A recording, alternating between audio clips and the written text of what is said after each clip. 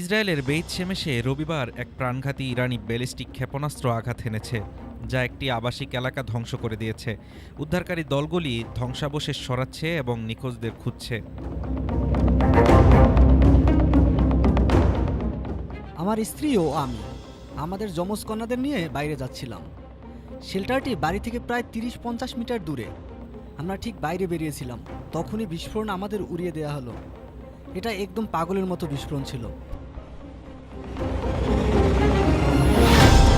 Magen David Adom জানিয়েছে, হামলায় ১১ জন নিহত হয়েছে, ৯ জন এখনও নিখোঁজ রয়েছে এবং প্রায় ২৮ জন আহত হয়েছে।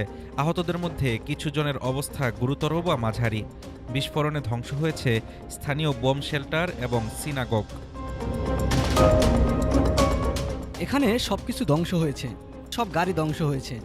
আমি বলবো পুরো এলাকা ধ্বংসপ্রাপ্ত। ভাগ্যক্রমে আমি শেল্টারে পৌঁছাতে পারিনি। ইসরায়েলি কর্মকর্তারা নিশ্চিত করেছেন যে ক্ষেপণাস্ত্রটি আটকানো যায়নি এবং বিমান প্রতিরক্ষা ব্যর্থতার কারণ খতিয়ে দেখা হচ্ছে। হামলাটি এমন একদিন পরে ঘটেছে যখন প্রধানমন্ত্রী বেনিয়ামিন নেতানিয়াহু ঘোষণা করেছিলেন যুক্তরাষ্ট্রের সঙ্গে যৌথ সামরিক অভিযান শুরু করার। উত্তেজনার কারণে ইরান, ইসরায়েল, বাহরাইন, ইরাক, কাতার, কুয়েত আকাশসীমা বন্ধ করেছে, আর সংযুক্ত আরব আমিরাত অস্থায়ী বিমান চলাচলের সীমাবদ্ধতা আরোপ করেছে। এই হামলা ইরান ও যুক্তরাষ্ট্রের সাম্প্রতিক পারমাণবিক আলোচনার সঙ্গে সময়সীমা মিলিয়েছে। উত্তেজনা বৃদ্ধি পাওয়ার পরবর্তী পর্যায়ে অঞ্চল জুড়ে নিরাপত্তা জোরদার করা হয়েছে। হাফিজুর রহমান তুষার, ঢাকা টুডে।